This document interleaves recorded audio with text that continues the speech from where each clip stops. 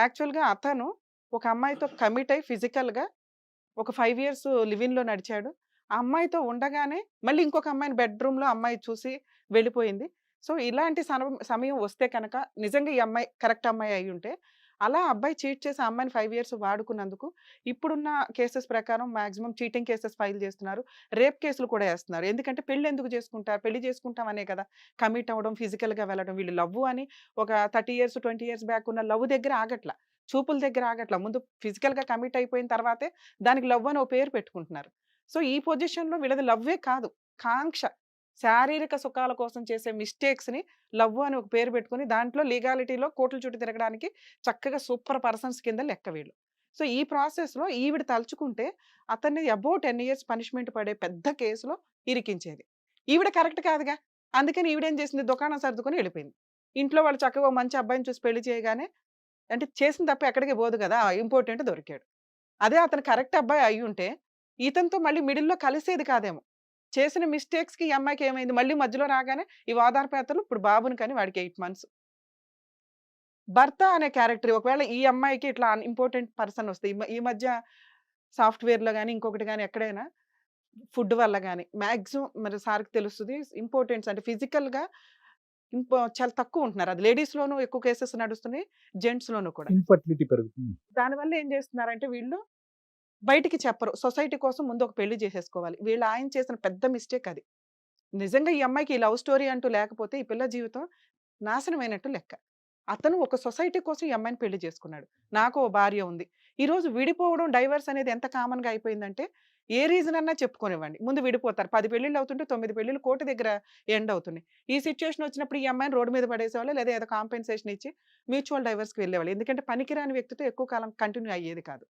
పోనీ అలా అన్నా కట్ చేసుకొని ఫ్రీగా ఉండి ఇతనితో ఈవిడ కమిట్ అయ్యి పిల్లోడిని కనుంటే అక్కడి నుంచి కాంపెన్సేషన్ వచ్చేది. పుట్టిన పిల్లోడికి ఈ అబ్బాయి దగ్గర నుంచి మెయింటెనెన్స్‌లు ఎలిజిబుల్ గాని, ఫాదర్. డీవీసీ డొమెస్టిక్ వైలెన్స్ ఇవన్నీ ప్రొసీడింగ్స్ నడిపించేవాళ్ళం. ఇతనితో మధ్యలో ఈవిడ చేసిన మిస్టేకో, ఆ శారీరకంగా ఆపుకోలేకో, లేకపోతే ఆయనే బెటర్ భర్త దగ్గర ఏమి సుఖం లేదు కదా అనుకుందో, లీగల్‌గా అక్కడ కట్ చేసుకోకుండా ఇతనితో కమిట్ అవ్వడం వల్ల ఈ రోజున రోడ్డు మీద నుంచుంది. సరే నుంచుంది బాధితురాలు అందామా అంటే, ఎంత క్రూయల్‌గా మాట్లాడుతుందంటే, పిల్లోడిని తీసుకెళ్ళి అనాథాశ్రమంలో వేస్తాను. అంటే వీళ్ళిద్దరి సుఖం కోసం పిల్లోడిని తీసుకెళ్ళి అనాథాశ్రమంలో వేసేంత మెంటాలిటీలో, ఛీ! నాకొద్దు ఈ పిల్లోడు అనేంత సిట్యుయేషన్‌లో అతనున్నాడు. అదే వేరే కంట్రీస్‌లో అయితే ఇలాంటి డైలాగ్ ఒక్క డైలాగ్ మాట్లాడినందుకు ఇద్దరిని జైల్‌లో ఏసేవాళ్ళు. మన ఇండియాలో పిల్లలకి ఇంకా అంత పెద్ద చట్టాలు రాలా. పిల్లల్ని ప్రొటెక్ట్ చేయడానికి. ఇన్‌కేస్ తల్లిదండ్రులు ఇద్దరు కరెక్ట్‌గా లేకపోయినా గవర్నమెంట్ హ్యాండ్ ఓవర్ చేసుకొని గవర్నమెంట్ పొజిషన్‌లో ఉండేవాళ్ళు. మనకు ఆ సీన్స్ లేకపోవడం వల్ల ఈవిడ అనాథాశ్రమంలో ఏస్తానన్నా మన ముగ్గురం కూర్చొని వింటున్నాం. ఏం చేయలేని సిట్యుయేషన్‌లో. సో, ఇలాంటి ప్రాసెస్సే వస్తే కనుక ఇప్పుడు ఈ అమ్మాయి చేయాల్సిన పని నేను అక్కడ దుకాణం వదులుకొని ఇక్కడికెళ్ళిపోతానండి అంటే కుదరదు. ఈవిడకి ఆల్రెడీ మ్యారేజ్ అయ్యింది. భర్త ఉన్నాడు. ఇతని దగ్గరికి వెళ్లి ఉండడం వల్ల ఉంచుకున్నట్లు లెక్క. అలాంటి వ్యక్తితో ఈవిడకి ఎటువంటి లీగాలిటీ ఉండదు. అంత హీనమైన స్టేజ్‌లో ఆవిడ వెళ్తాను అన్నా మనం పంపించం గదా! అవును. పిల్లోడున్నాడు కదా! అని మనం పంపించేస్తుంటే అక్కడ తండ్రి అనే పేరు అతనివ్వడు. ఆల్రెడీ తండ్రి అనే పేరు ఇతనిది ఎళ్ళిపోయింది కదా! సో, ఇప్పుడు ఈవిడకున్న సిట్యుయేషన్ లీగల్ ప్రాసెస్‌లో భర్త నుంచి డైవర్స్ తీసుకొని, ఆ తర్వాత ఇతన్నేం చేయాలని ఆలోచించాలి. అక్కడ భర్త కూడా ఛాలెంజ్ చేస్తాడు ఎట్లాగో. ఎందుకంటే తను ఫిజికల్‌గా అమ్మాయితో కమిట్ అవ్వలేదు కాబట్టి, ఈ పిల్లోడు నా పిల్లోడు కాదు అని. చీటింగ్ కేస్ పెట్టొచ్చా మేడం? పెట్టడానికి అవకాశం ఉంటది. ఎందుకంటే ఆ అమ్మాయి అడల్టరీలోకి వెళ్ళింది ఒక అదే. రకంగా. సో, ఇప్పుడు అడల్టరీకెళ్ళింది. సుప్రీం కోర్ట్ ఇచ్చిన గైడ్‌లైన్స్‌లో వీళ్ళకేంటంటే లివ్ ఇన్‌లు, అడల్టరీలు ఇవన్నీ ఏం చేసినా ఎవడో పట్టించుకోడు కదా అనుకుంటున్నారు. ఇలాంటి క్యారెక్టర్‌లో ఈ అమ్మాయి ఒక భర్త మీద ఒకవేళ ఈ సీన్ చెప్పకుండా 498 డీవీసీ, మెయింటెనెన్స్‌లు, ఆస్తి కేసులు ఇవన్నీ ఏస్తారు. కానీ ఇలా అడల్టరీలో ఉన్నప్పుడు అతను డీఎన్ఏకి ఛాలెంజ్ చేస్తే ఆ కేసులన్నీ డిస్మిస్ అయిపోగా ఈ అమ్మాయికి మెయింటెనెన్స్ కూడా రాదు. ఆ బాబుకి రాదు. ఎందుకంటే డీఎన్ఏలో తండ్రి అతనని ప్రూవ్ అవుతున్నాడు కదా! ఇక పిల్లలు మ్యారేజ్ అయినాక పుట్టినా, మ్యారేజ్ అవ్వక పుట్టినా, అక్రమ సంబంధంలో పుట్టినా ఎవరైతే న్యాచురల్ పేరెంట్స్ ఉంటారో వాళ్ళ మీద పూర్తి హక్కులు వాళ్ళకుంటాయి. అంటే ఈవిడ అతని మీద ఏ కేసులు వేయగలదో లేదో పక్కన పెడితే, పిల్లోడికి మెయింటెనెన్స్ అనేది ఇతని దగ్గర నుంచే వస్తది. సో, ఇతను ఫుల్ అండ్ ఫైనల్ సెటిల్‌మెంట్ చేసుకొని ఆ అమ్మాయికి ఏమైనా కాంపెన్సేట్ రూపంలో ఇస్తాడా? లేదా యాక్సెప్ట్ చేసి ఈవిడని పెళ్లి చేసుకుంటాడా? అనేది ఒక విషయం.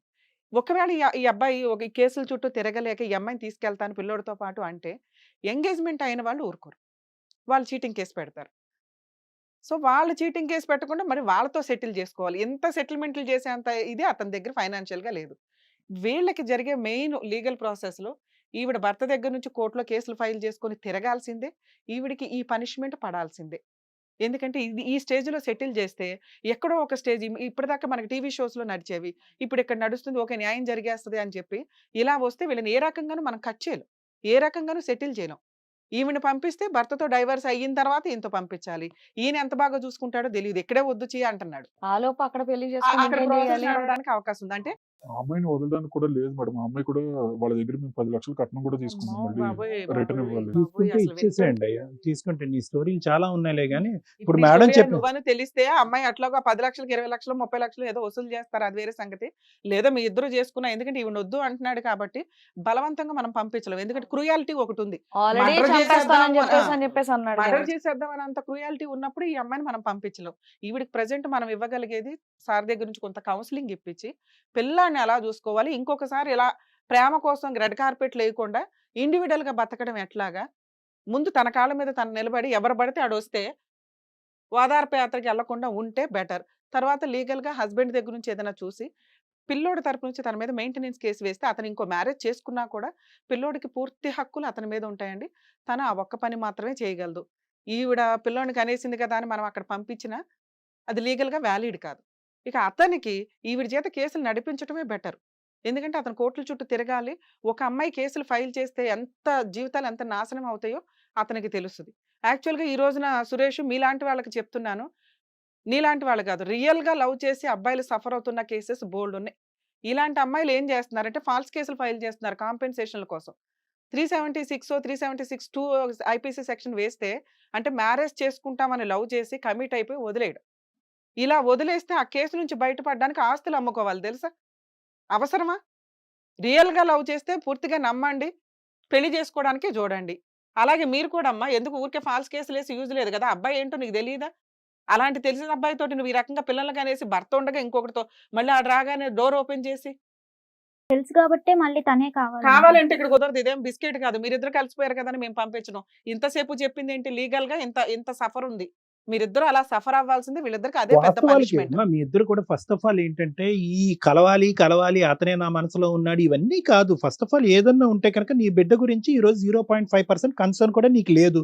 మదర్ పాత్ర అనేటటువంటిది నువ్వు మర్చిపోయావు. ఆ కన్సర్న్ లేదు. అసలు నీకు బాధగా లేదమ్మా? ఎవరి దగ్గరికి వెళ్తున్నావు, ఎందుకు వెళ్తున్నావు, ఎవరిని కావాలనుకుంటున్నావు, 0.5% అన్నా కూడా నీకు ఆ పెయిన్ ఉందా? Are you a mother of a child? ముందు అర్జెంట్‌గా భర్త దగ్గర నుంచి సెటిల్‌మెంట్ కేసులు ఫైల్ చేయండి. అతను ఏదో ఒకటి ఇస్తారు. తర్వాత ఇతని మీద మెయింటెనెన్స్ కేసి మనం ఎంత వాడు చెప్పినా కోర్టు కూడా చుట్టూ తిరగాలి కొంతకాలం.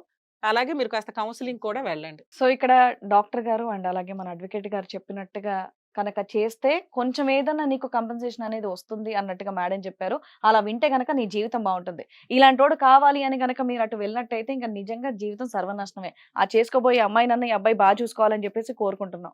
సో చూసారు కదండి ఇక్కడ సురేష్ వాదన అండ్ అలాగే రక్షిత వాదన. సో వీళ్ళిద్దరు మాటలు వింటే గనక అబ్బాయిలు అమ్మాయిల నుంచి జాగ్రత్త, అమ్మాయిలు అబ్బాయిల నుంచి జాగ్రత్త. ఎందుకంటే ఈ మధ్య కాలంలో వీళ్ళు చూస్తున్నటువంటి సినిమాల ఇదే కావచ్చు, లేదంటే యూజ్ చేసేటటువంటి స్మార్ట్ ఫోన్స్ గురించి కావచ్చు, వీళ్ళ మెంటాలిటీస్ అన్ని నిజంగా పద్ధతిగా లేవు. చాలా చండాలంగా కూడా ఉన్నాయన్నమాట.